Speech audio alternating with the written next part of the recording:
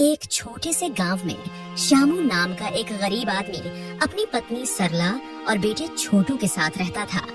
श्यामू अपने बेटे छोटू के साथ मिलकर समोसे बेचता और उसी से अपने परिवार का गुजारा करता था।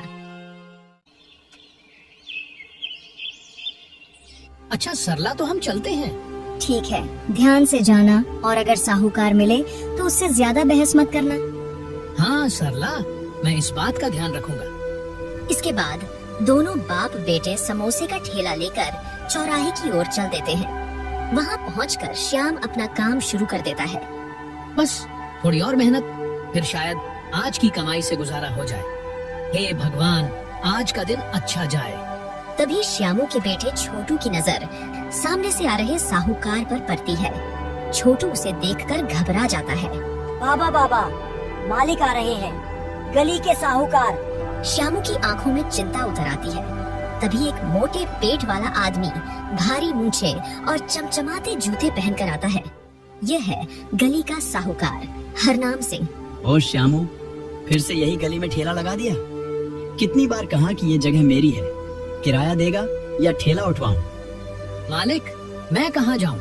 मेरे पास कुछ भी नहीं है, बस यही ठेला है जिससे मैं अपने बच्चों का पेट पालता हूँ। ये गरीबी की कहानी मुझे मत सुना। पैसे ला, वरना ठेला हटवा दूंगा। श्यामू के चेहरे पर दुख और बेबसी साफ झलक रही थी। छोटू को गुस्सा आ रहा था, लेकिन वह चुप था। बाबा, हम हमेशा इनके ताने सुनते रहेंगे क्या? क्या करे बेटा, मेहनत के बावजूद भी कभी कभी परिस्थिति इंसान को झुका देती है। हरनाम सिंह ठेले की ओर बढ़ता है और एक समोसा उठाकर बिना पैसे दिए खाने लगता है। अरे वाह, स्वाद तो बढ़िया है, पर तेरी किस्मत खराब है श्यामू। देखता हूँ कितने दिन चलता है तेरा धंधा। वह ठहाका लगाते हुए चला जाता है। श्यामू और छोटू उसे जाते हुए देखते रहते हैं। बाबा, हम इनको जवाब देंगे।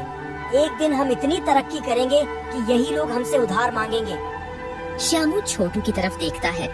उसकी आंखों में कहीं एक उम्मीद की किरण चमक उठती है। इसके बाद शाम को दोनों बाप बेटे ठेला लेकर घर की ओर चल देते हैं। रात का समय, श्यामू का छोटा सा मिट्टी का घर। कोने में एक टूटी हुई चौकी पड़ी थी, जिस पर श्यामू की पत्नी सरला बैठकर खाना बना रही थी।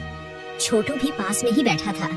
श्यामू थके हुए चेहरे के साथ सरला की ओर देखता है। श्यामू, क्या आज भी साहूकार आया था?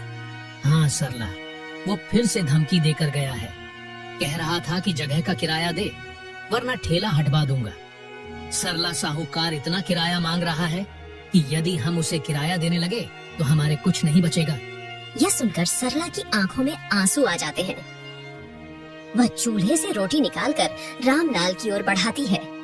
दिन भर मेहनत करते हो, लो 2 रोटी तो चैन से खा लो। सरला, कब तक ऐसे चलेगा? कभी कभी लगता है कि किस्मत मेरे साथ मजाक कर रही है। छोटू, जो चुपचाप बैठा सुन रहा था, अचानक बोल पड़ता है। बाबा, हम किस्मत से नहीं, अपनी मेहनत से जीतेंगे। एक दिन हमारा नाम होगा और यह साहूकार खुद हमारे पास आएगा। श्यामू छोटू की ओर देखता है। उसके आत्मविश्वास से भरे शब्द सुनकर उसकी आंखों में हल्की सी चमक आ जाती है। हाँ, तू सच कह रहा है बेटा। और हाँ बाबा, अगर समोसे इतने स्वादिष्ट हैं, तो हमें डरने की जरूरत नहीं। हमें और अच्छा बनाना होगा और ज्यादा लोगों तक पहुंचाना होगा। सरला भी छोटू की बात सुनकर सोच में पड़ जाती है। लेकिन बेटा, ये सब करने के लिए पैसे कहाँ से आएंगे? माँ, अगर हमारे पास पैसे नहीं हैं, तो हम अपनी मेहनत बढ़ा सकते हैं। हमें कुछ नया सोचना होगा, कुछ अलग। श्यामू और सरला छोटू की बातों को ध्यान से सुनते हैं। उनकी की आंखों में एक नई उम्मीद की चमक उठती है। रात धीरे धीरे गहरी होती जाती है, लेकिन अब इस छोटे से घर में एक नई उम्मीद जाग चुकी थी। अगली सुबह श्यामू और उसका बेटा छोटू ठेला लेकर चौराहे की ओर निकलते हैं। जैसे ही वे वहां पहुंचकर अपना काम शुरू करते हैं, तभी साहूकार वहां आ जाता है। साहूकार गुस्से में श्यामू को देखता है। ओए, तुझसे कितनी बार मना कर दिया कि यहाँ ठेला मत लगाया कर। किराया तो देता नहीं है और रोज फ्री में ठेला लगा लेता है। साहूकार जी, आपको तो पता ही है कि मैं कितना गरीब आदमी हूँ और थोड़े बहुत समोसे बेचकर अपने घर का गुजारा करता हूँ। साहूकार जी, मैं दिन भर में मुश्किल से 250 रुपए कमा पाता हूँ। यदि उसमें भी मैं आपका किराया देने लगूंगा तो मेरे पास क्या बचेगा? तो ठीक है, यदि तुझे किराया नहीं देना तो अभी के भी अपना ठेला यहाँ से हटा, नहीं तो आदमियों को बुलाकर तेरा ठेला यहाँ से फेंकवा दूंगा। ये सुनकर श्याम की आंखों में आंसू आ जाते हैं। दोनों बाप बेटे अपना ठेला लेकर वहाँ से गांव की दूसरी ओर चलने लगते हैं। बाबा, अब हम क्या करेंगे?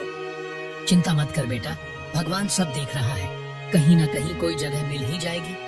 चलते चलते तभी श्यामू की नजर गांव के एक और चौराहे पर पड़ती है, जहाँ ज्यादा भीड़ भाड़ तो नहीं थी, पर यह जगह उसके लिए सुरक्षित थी।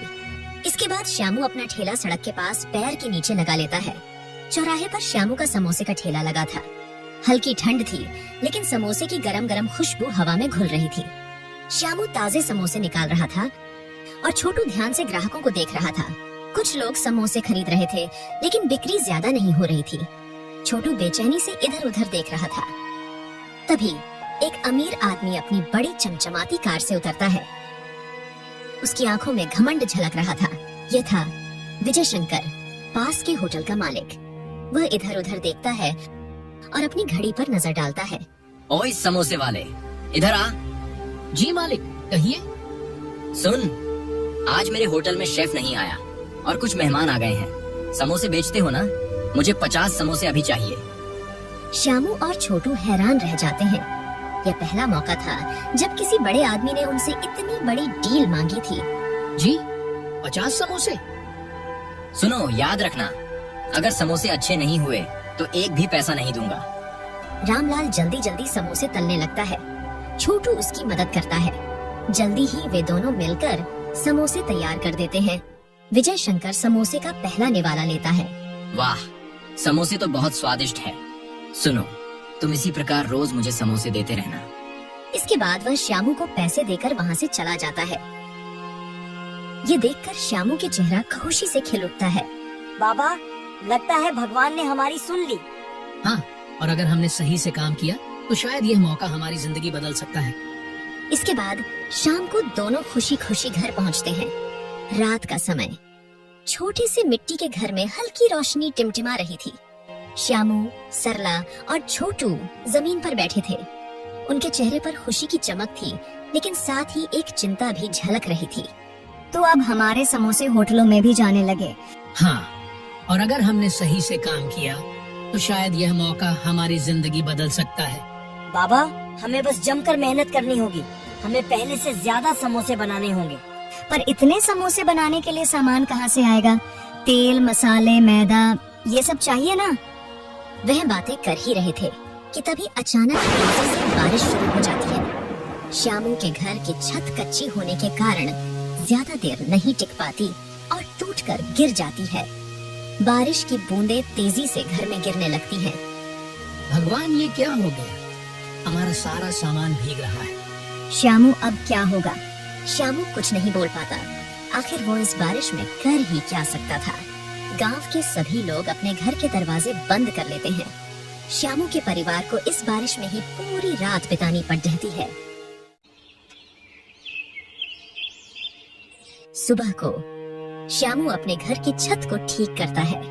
इसके बाद सरला उससे कहती है, श्यामू, अब क्या होगा? समोसे का सारा सामान भीगकर खराब हो गया। श्यामू गहरी चिंता में पड़ जाता है। तभी उसका बेटा छोटू बोल पड़ता है, बाबा, हमें उधार लेना पड़ेगा। दुकान वाले काका अच्छे आदमी हैं। अगर हम उनसे मदद मांगे तो शायद वे थोड़ा सामान उधार दे दें। अगर उधार लिया और होटल ने समोसे लेने बंद कर दिए तो कर्ज कैसे चुकाएंगे? सरला, हमारे समोसे ही हमारी गारंटी है। मेहनत करेंगे और अच्छा काम करेंगे तो भगवान भी साथ देगा। सरला कुछ नहीं कहती, लेकिन उसकी आंखों में विश्वास झलकने लगता है। श्यामू और छोटू गली के नुक्कड़ पर स्थित एक छोटी किराने की दुकान पर पहुंचते हैं। दुकान का मालिक माधव काका पुराने और ईमानदार इंसान हैं। वे श्यामू को देखते ही मुस्कुरा देते हैं। अरे श्यामू, आज इतने सुबह सुबह क्या चाहिए? काका, थोड़ी मदद चाहिए थी।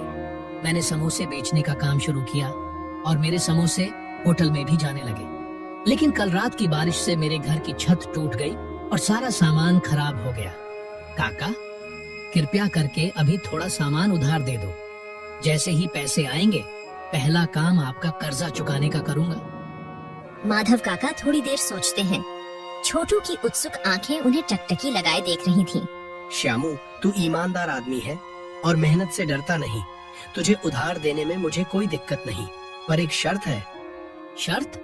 बस इतना कि जब तेरा काम चल पड़े तो मेरी दुकान से ही सामान लेना पड़ेगा। यह तो बहुत अच्छी शर्त है काका। आप हमें सामान दीजिए, हम वादा करते हैं कि आपको कभी धोखा नहीं देंगे। माधव काका हंसते हुए सर हिलाते हैं और श्यामू को सामान दे देते हैं। श्यामू काका का धन्यवाद कर और सामान लेकर घर की ओर चल पड़ता है। अगली सुबह चौराहे पर श्यामू के ठेले पर अब पहले से ज्यादा चहल पहल थी। अब श्यामू के ठेले पर अच्छे खासे ग्राहक आने लगे थे। तभी विजय शंकर, होटल का मालिक, समोसा लेने के लिए वहाँ आता है। वह देखता है कि कई और बड़े ग्राहक भी श्यामू के ठेले से समोसे खरीद रहे थे। विजय शंकर सोचता है, यदि इसी प्रकार इसका काम अच्छा चलता रहा तो एक दिन यह मुझे भी आगे निकल जाएगा, जिस वजह से मेरा होटल बंद हो सकता है। कोई बात नहीं, इसे तो मैं बाद में देख लूंगा। विजय शंकर जल्दी से श्याम से समोसे लेता है और अपने होटल पर पहुंचता है। तभी विजय शंकर के होटल के सामने दो लड़के आते हैं। अरे रमेश, चल कुछ खाते हैं यार, भूख लग रही है। महेश, क्या तूने नहीं सुना? हमारे गांव का श्यामू बहुत अच्छे समोसे बनाता है। चल वहीं चलकर कुछ खाते हैं, और वैसे भी इस होटल पर बहुत महंगाई है। इसके बाद दोनों दोस्त वहाँ से चले जाते हैं। ये देखकर विजय शंकर गुस्से से भर जाता है। अगर ऐसे ही चलता रहा तो मैं तो एक दिन बर्बाद हो जाऊंगा। मुझे कुछ करना होगा।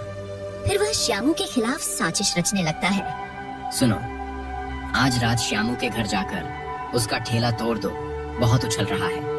मैं भी देखता हूँ कि ये समोसे कैसे बेचता है। रात का समय विजय शंकर के आदमी चुपके से श्याम के घर के पास जाकर उसका ठेला तोड़ देते हैं। फिर वहां से भाग जाते हैं।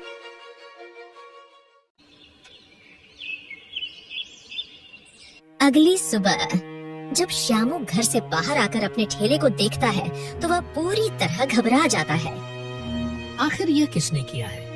हे भगवान, ये क्या हो रहा है मेरे साथ? श्यामू की आवाज सुनकर सरला और छोटू दौड़े चले आते हैं। क्या हुआ श्यामू? तभी सरला की नजर ठेले पर पड़ती है जो बुरी तरह टूटा पड़ा था। यह देखकर सरला बहुत दुखी होती है और उसकी आंखों में आंसू आ जाते हैं। अब क्या होगा बाबा? तभी माधव काका जो अपनी दुकान पर जा रहे थे, उनकी नजर श्यामू पर पड़ती है। अरे श्यामू, क्या हुआ? माधव काका, देखो, कोई कल रात मेरा ठेला तोड़ कर चला गया। माधव काका ये देखकर हैरान रह जाते हैं।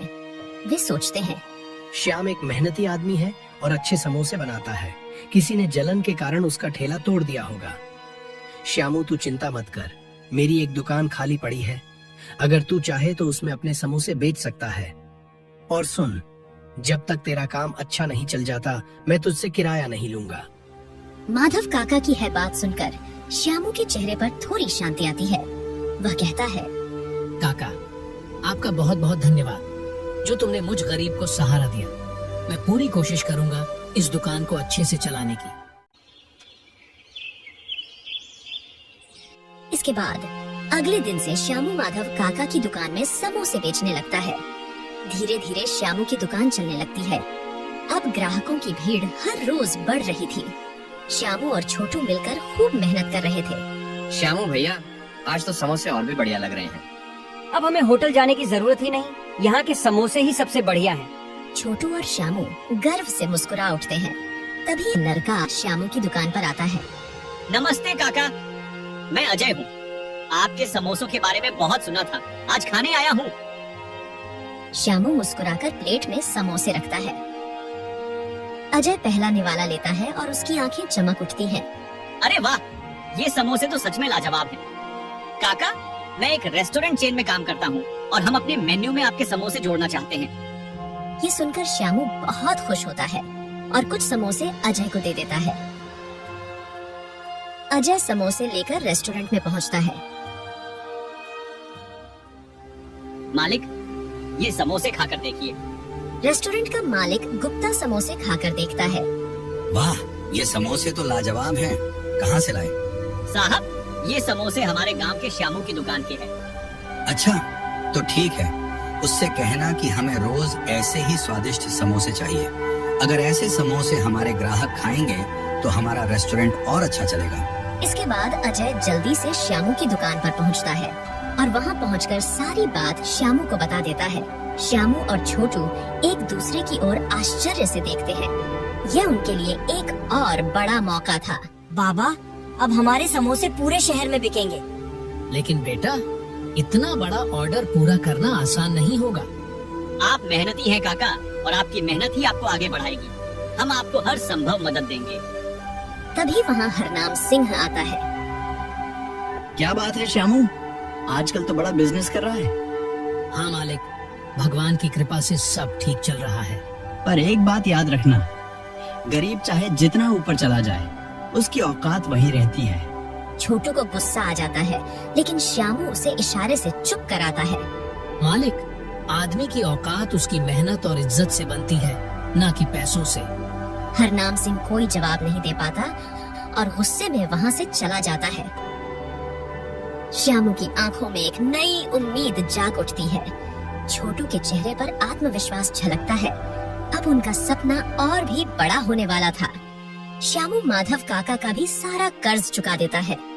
श्यामू का सफर एक ठेले से शुरू हुआ था, लेकिन अब वह अपनी खुद की दुकान और एक बड़े बिजनेस की ओर बढ़ रहा था।